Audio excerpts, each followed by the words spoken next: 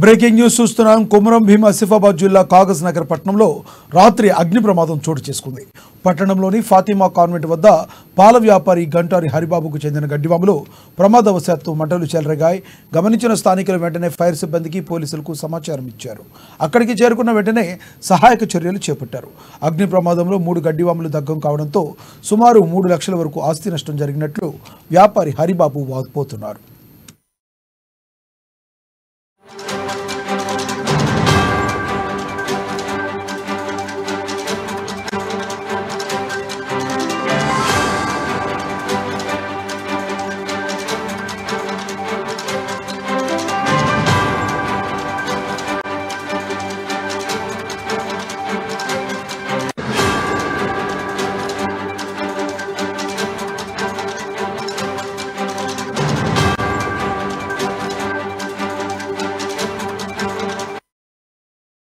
Breaking news చూస్తున్నాం. కొమరం భీం ఆసిఫాబాద్ జిల్లా కాగజ్ నగర్ పట్టణంలో రాత్రి అగ్ని ప్రమాదం చోటు చేసుకుంది.